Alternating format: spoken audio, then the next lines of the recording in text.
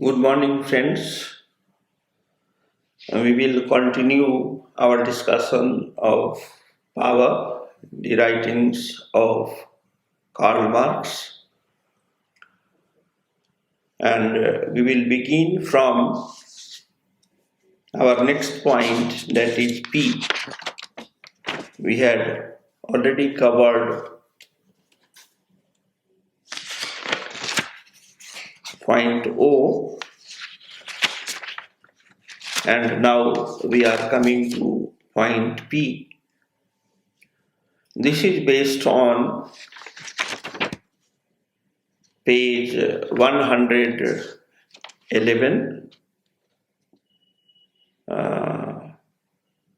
Economic and Philosophical Manuscript 1844.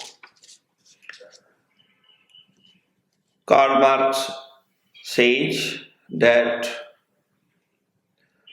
the worker's labor becomes an external quality,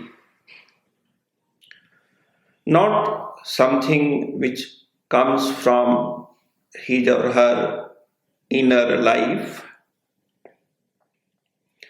The worker is alienated from the activity of working itself. It is a matter of fulfilling another's desires or another person's desires. The work becomes a burden. For Marx, this is the permanent condition of capitalist mode of production or capitalism as a system.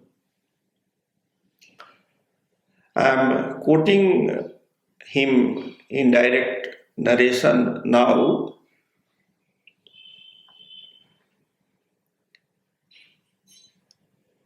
As a result of this permanent condition of capitalist mode of production, man, the worker, only feels himself freely active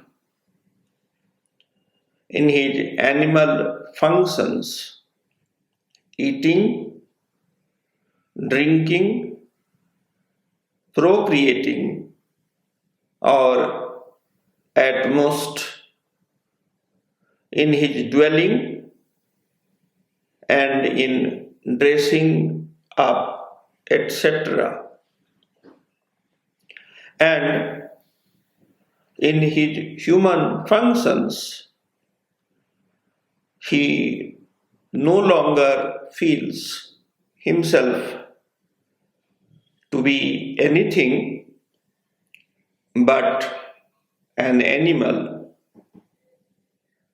What is animal becomes human, and what is human becomes animal.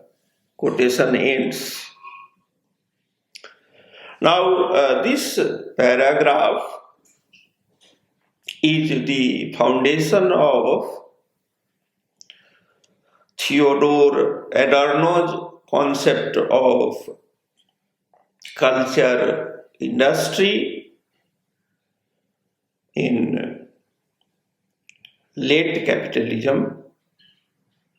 The concept of late capitalism was introduced in social science literature by Ernst Mendel and Frederick Jameson, another postmodern thinker of Marxist pedigree, calls postmodernism as the culture logic of or cultural logic of late capitalism. In other words, Karl Marx says that once the worker is alienated from his work or his product, when the work is not part of the inner calling of the worker, rather, he is forced to sell his labor as an object in the market dominated by the capitalist or the ruling class.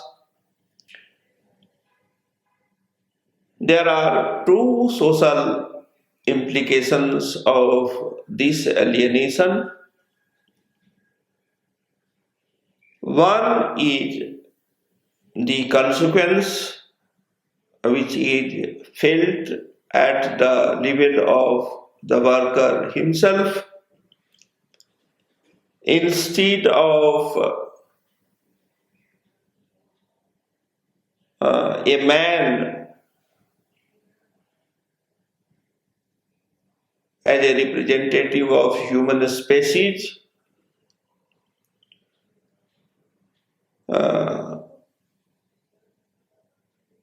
the labor class or the worker is forced to live a life of the animal, and he restricts himself to only eating, drinking, procreating. These three things are common in animals as well as among human beings, or at most in his dwelling and in dressing up, etc. Now, these two things are part of popular culture created by the culture industry, and this popular culture of alienated human beings give rise to what C. Wright Mills calls as mass society. And the culture of this mass society is called popular culture, but this popular culture is understood within two rubric: the ideology of consumerism and hedonism. Therefore, the concept of human power in Marx within the theory of alienation has given rise to critical thought associated with the Frankfurt School in Germany, and critical theory the world over, including critical theory of C. Wright Mills of United States of America. Now let us come to point Q. Since labor or work component and transformation of the natural world is a defining aspect of our species being, and we are alienated from the species and from our co-workers. We cannot recognize ourselves in those around us.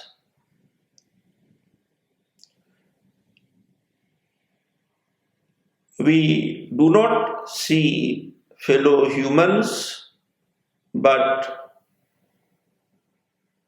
we do not see fellow human beings who might be competing with us for jobs and scarce resources.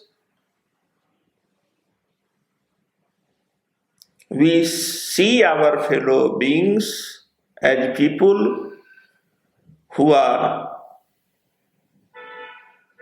potential threats in our endeavor, in our attempt to find jobs and buy scarce resources.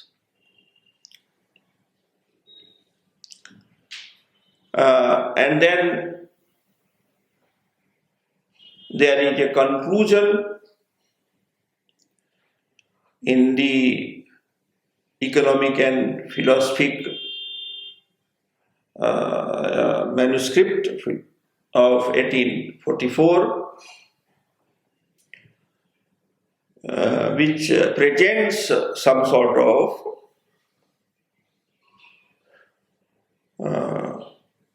Marxist idealism in contrast to the concept of free market in the writings of political opponents of Karl Marx, namely the champions of liberal democracy and free market. We can summarize the Marxist position about the free market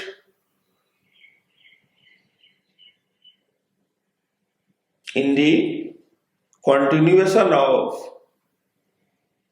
our discussion of human power in the theory of alienation, which we have summarized from point A to Q. The last section R after Q R, the vision of a free and unalienated world in which people can work together in cooperation to improve their lives and develop their culture. Marx identifies this with the political and economic emancipation of wage labor. Private property and wages go together, and a free society entails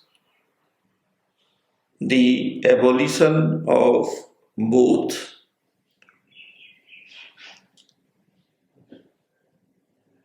In the early works of Karl Marx, the social interaction and ideas of man and society, the concept of human nature and human alienation or human needs are central concepts. In contrast, in the later works of Karl Marx, analysis of economic and social structures predominates. Habermas, in his book published in 1972, had separated the analysis of economic production and of social interaction or communication, social interaction or social communication as a distinct area of investigation.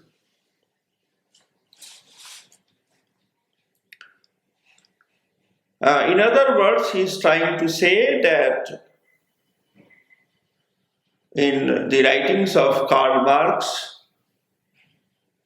there are two different areas of investigation of the capitalist society which should be understood separately. This is the position of Habermas, one of the noted thinkers in the Marxist school of social thought. On the other hand, we have two other writers who are not less important than Habermas, and we must know what is their view of early Marx and later Marx, or the running theme in the Marxist thought, represented by the economic and philosophical manuscript of 1844 on the one hand and Capital Volume 1 on the other. We have seen that Habermas thinks that these two books should be understood separately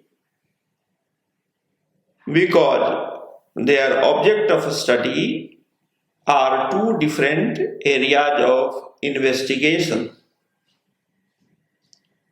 In contrast to Habermas, Louis Althusser, the structural Marxist, wrote in 1969, almost 3 years before Habermas's analysis, that there is a radical break between the 1844 manuscripts and the Capital. Therefore, you can see that Habermas is not articulating something new. Rather, he is endorsing the view expressed by Louis Althusser in 1969. As a result, we have two schools of Marxist thought about the writings of early Marx, whose major writing in the early period is economic and philosophical manuscript of 1844,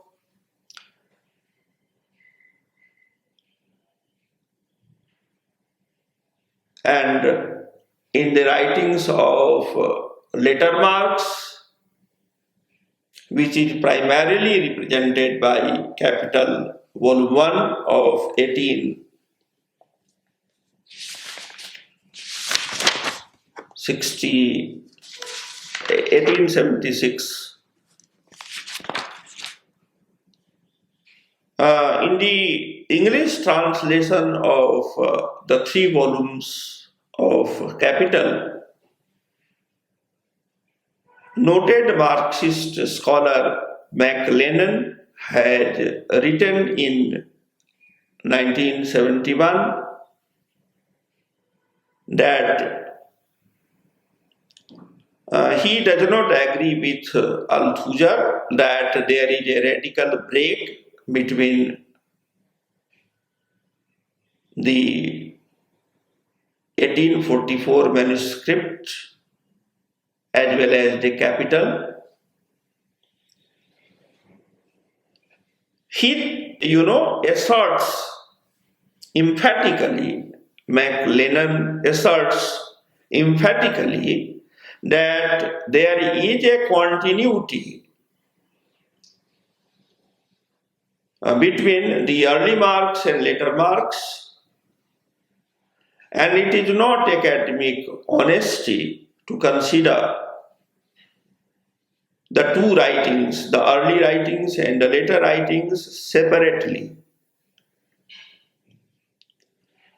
In case I have to give my own opinion, I think that there is both continuity as well as change in the writings of early Marx and later Marx.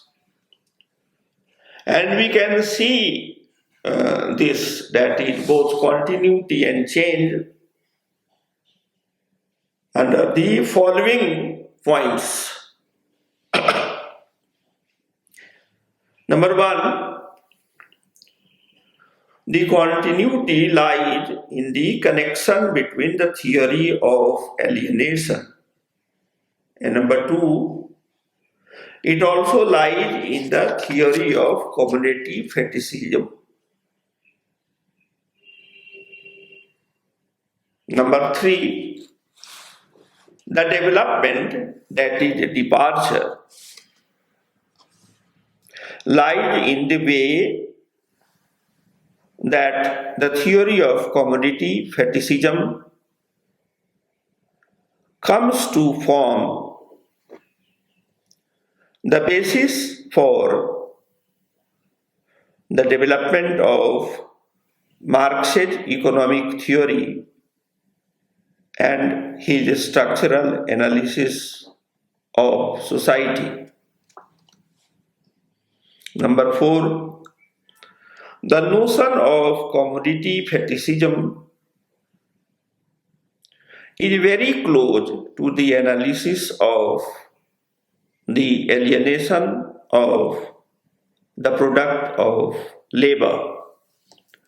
Number 5, Marx in his later works is concerned less with the alienation of labor into its product than with the alienation of social relationships in the division of labor into market relationship between commodities. Unlike the first 4 points, it requires a little more attention. Therefore, I am reading out the 5th point again so that you understand the clear distinction between the earlier works and later works. Please pay your attention to the sentence from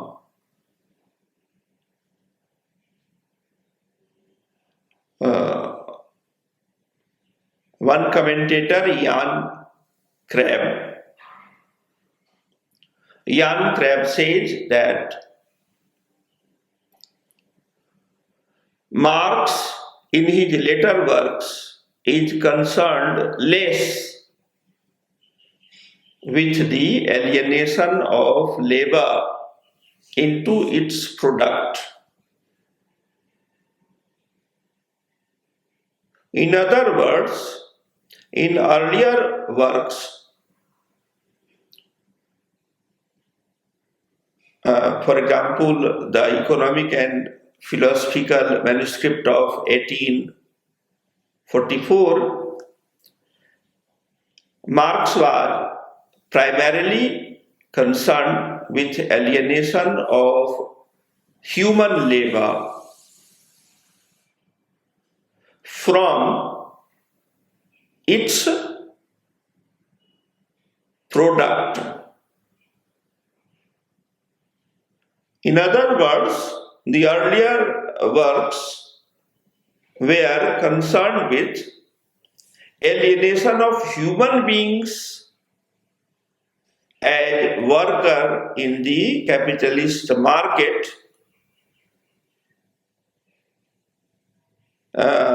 in two senses. Number one, they had no control over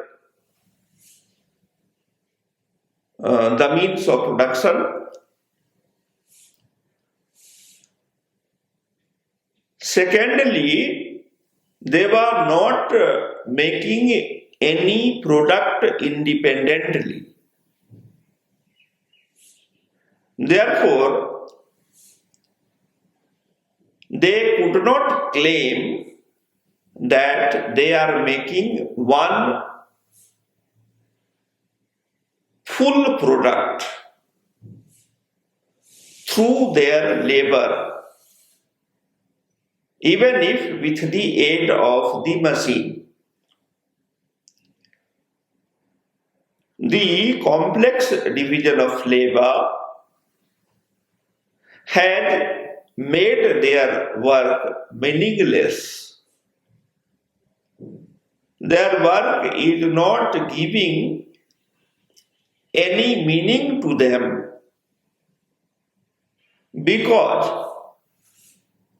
it is not the product of their inner urge or inner calling.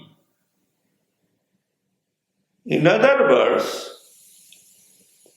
they were not working for themselves, rather they were working for wage labor.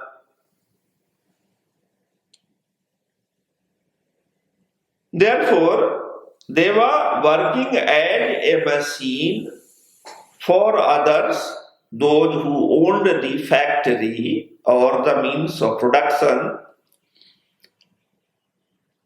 and they were reduced to a non-human condition out of this alienation from their work as human being as well as the product of their labor in the market.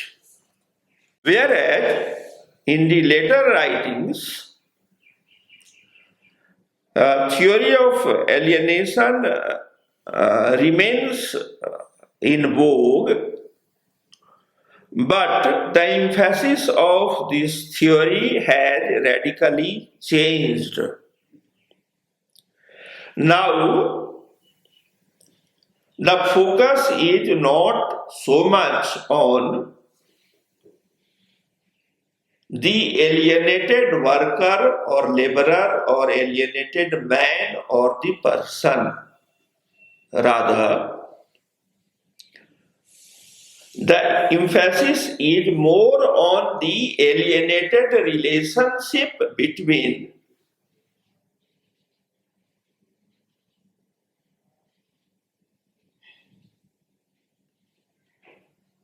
two laborers who are engaged in a tiny job to produce a full product through a complicated division of labor. In other words, in the later writings, the theory of alienation is applied or extended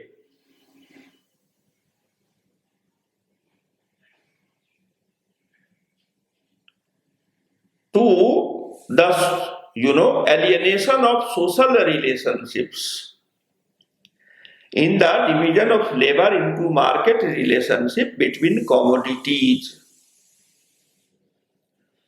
In other words, in later writings, there are two types of alienation. The alienation of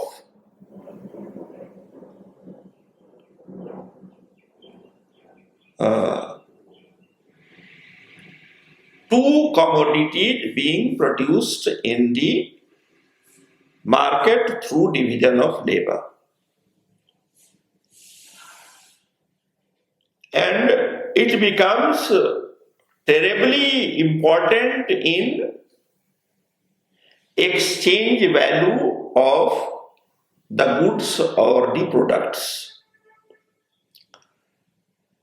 Marx discusses about two concepts of value, that is price, the use value and the exchange value. Now, what is use value? For example, almost the same amount of labor is invested in the production of bread on the one hand and wine on the other, or perfume on the third. Therefore, the use value or the standard price of the wine and the bread and perfume should be one according to use value, because the same amount of labor time has been consumed in the production of the three goods. But in the market, what happens that although the three types of workers in the factory of making breads, making wine, and making perfume are spending 8 hours, or Marx was talking about 12 hours. 8 hours per day. The three workers in three factories are working. But the price in the market or the exchange value of the three goods, breads, wines, and perfumes, are not the same. Therefore, there is a second type of alienation,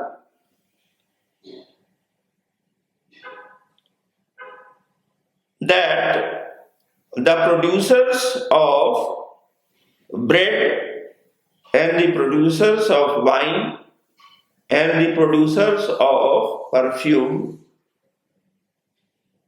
represent. All the three workers are alienated. And instead of horizontal values, the exchange value of bread, wine, and perfume is vertical. What is horizontal? This is horizontal. 1, 2, 3. And this is vertical. 1, 2, 3. This is upper class, this is middle class, this is lower class. The bread comes within the lower class of commodity.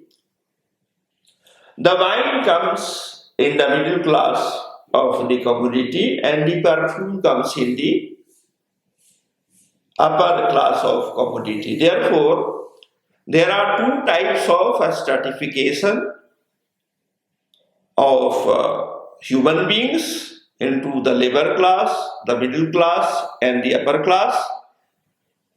Simultaneously, there are another type of classification among the goods. The essential goods, which is necessary for livelihood, then goods which provide comfort, and then third, the goods which are a representation of luxury.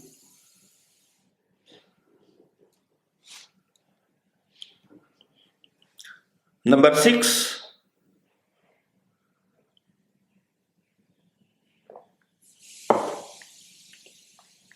a commodity is a mysterious thing according to Karl Marx. I am reading out in direct narration.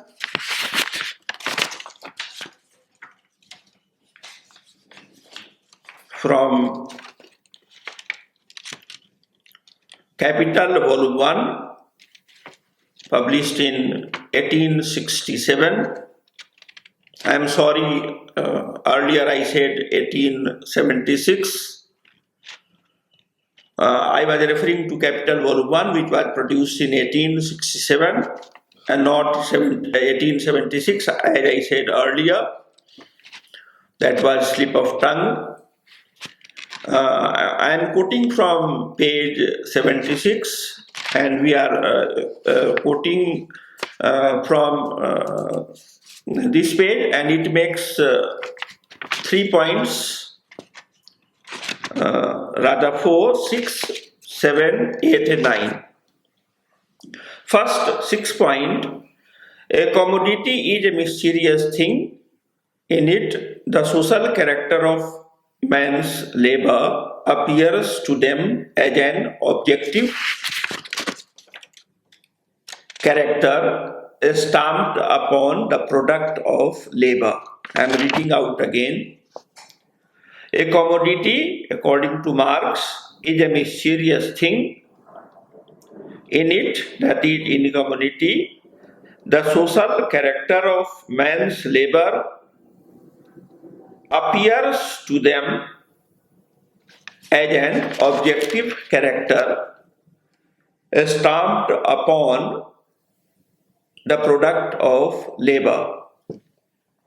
Point 7. The relation of the producers to the sum total of their own labor is presented to them as a social relation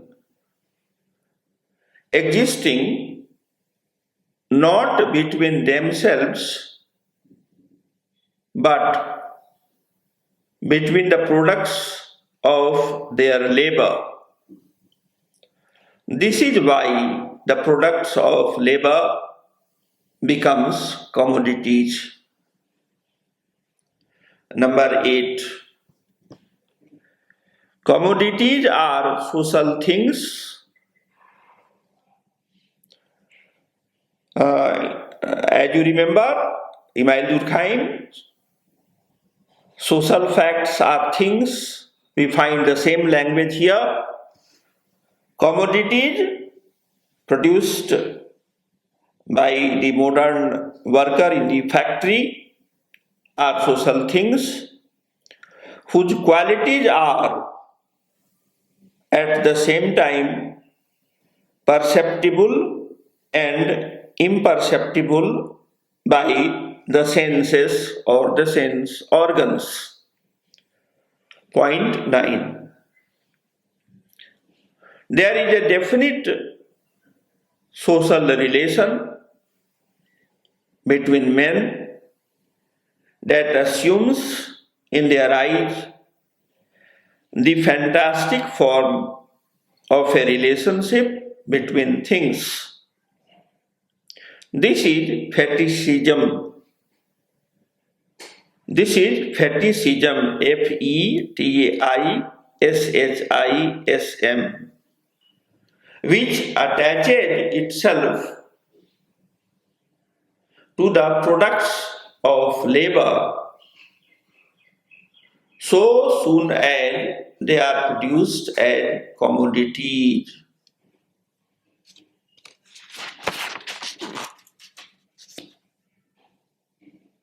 Now, point 10. The division of labor is the way in which society divides up its workforce to produce the necessities and the luxuries of life, creates social relationships between groups of people. Number 11, the division of labor. In the division of labor, human beings are related to each other as well as dependent on each other, even if they never set eyes on each other. This is very similar to what Durkheim had said. However, 12th point, most people do not experience this relationship as social relationship. However, most people do not experience this relationship as a social relationship. Now read the 2 points together and it becomes clear, point 11 and point 12. Come to point 13. Rather, human beings experience it as a relationship between commodities that they produce. Number 14, and this is a concept you should pay a little more attention. Marx is discussing about his notion of the market. Marx says that the market is endowed with human powers. And this is not the view of Karl Marx about the market. This is analysis of the market which was developing when Marx was writing Capital Volume 1, that is around 1860s, because the book was published in 1867. Therefore, it is based on his analysis of the market which was developing around 1860s. Marx said that the people usually say like this, in inverted comma, let the market decide, or let the free market economy work.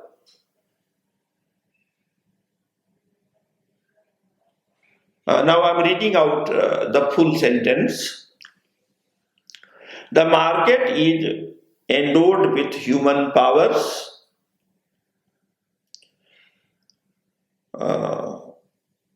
by the advocates of the market economy, who also claim to be the champion of liberal democracy. Marx says that it is not uncommon to find such sentences. Let the market decide in the free market economy and liberal democratic societies. Number 15. They talk about the free market as if it had powers of thought and judgment. This is a sarcastic remark of Karl Marx about the advocates of the free market economy and the free market ideology. Marx said sarcastically about free market as if it had powers of thought and judgment. Marx is, criticizing the votaries of free market. How can market decide? Because it is a brute force. It has neither the power of thinking nor the power of judging. Market had no powers of thought and judgment, therefore market cannot decide on its own. At best it is a metaphor, at best it is a good advertisement, at best it is, election slogan. Now, I think you have understood what Marx wants to say about the free market ideology. He said that the advocates of free market and capitalist mode of production knowingly or unknowingly have invested enormous powers in the market, and it shows that even the advocates of free market and capitalist mode of production are alienated people. They do not understand what they are advocating.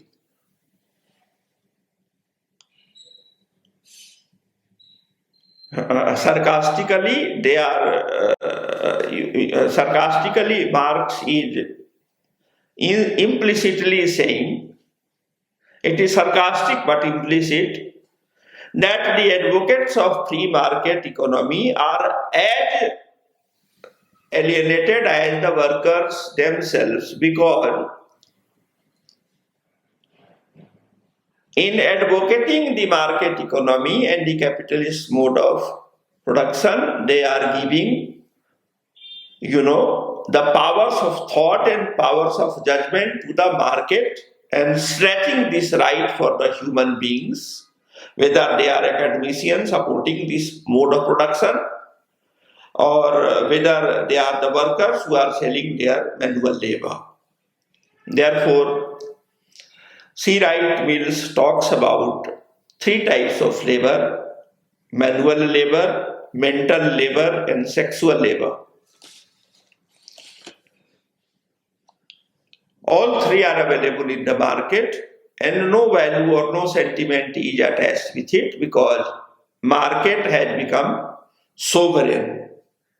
Market had become sui generis, and society had become dependent upon it. Society is fragmented.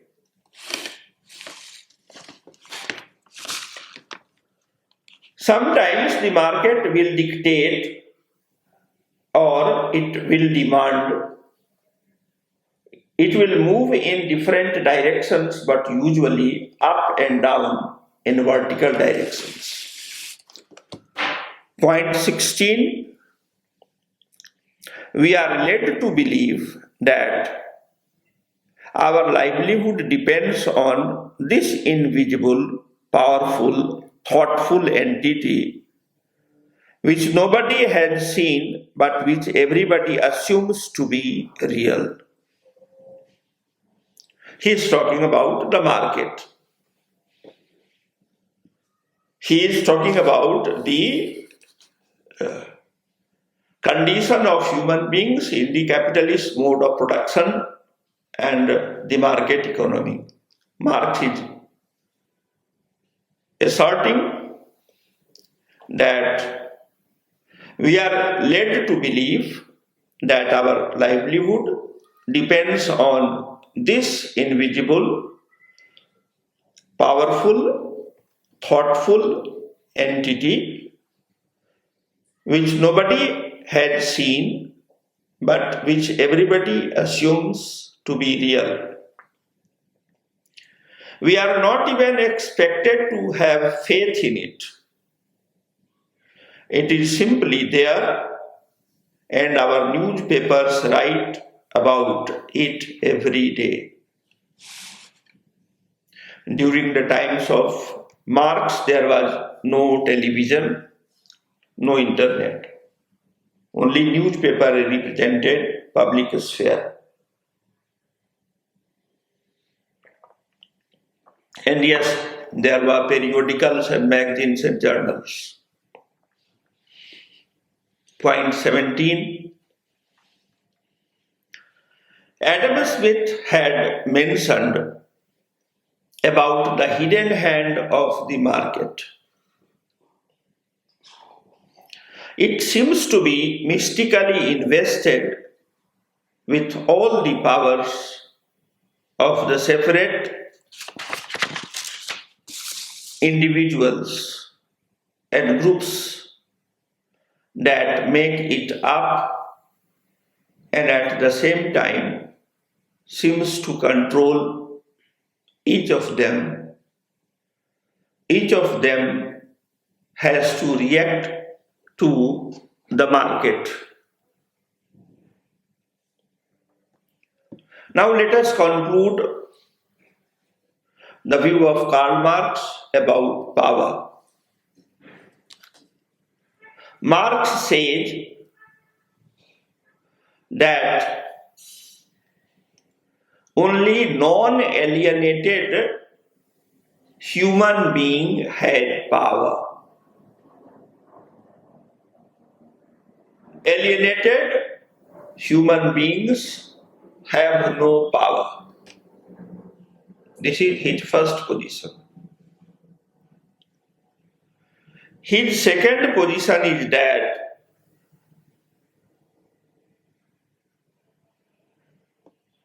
those who own the means of production have power.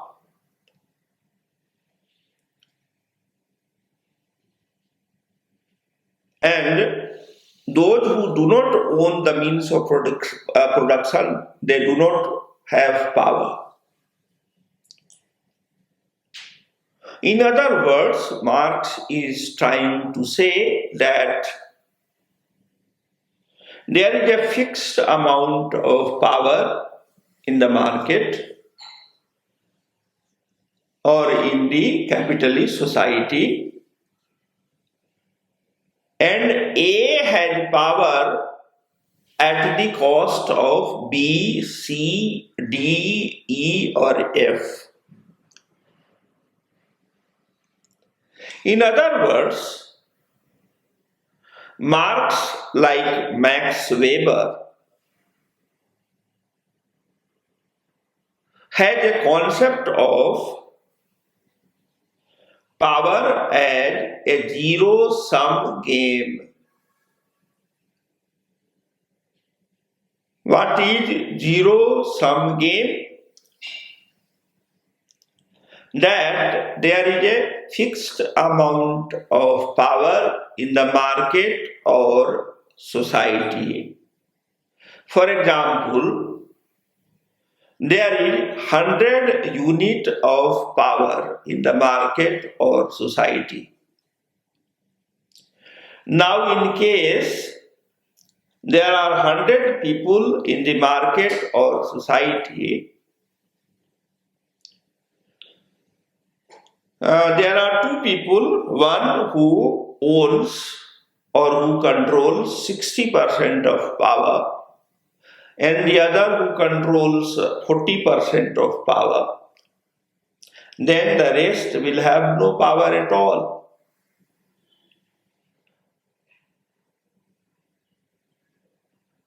This concept of power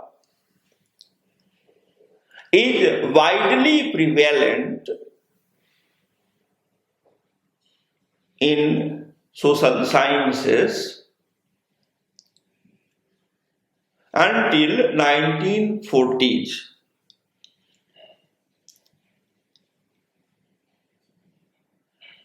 Therefore, everybody believed that power is a capacity to have his or her, that is the powerful, his or her, work done.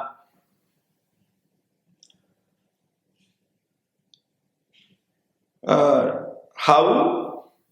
Suppose there is a owner of the factory in a democratic society, and the laborers are demanding a higher wage, and they are threatening that either you increase our wage or we will go on a strike.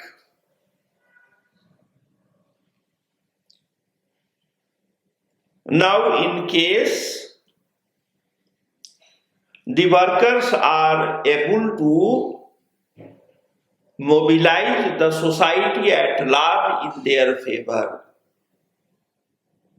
then in a democratic society, the laborer or the labor union will have the power to bargain their wage with the owner of the factory. On the other hand, if the owner of the factory is able to alienate the workers from the wider society by using his manipulative power, because they own capital, then they will force the workers to resume work in the factory by breaking their proposed indefinite strike.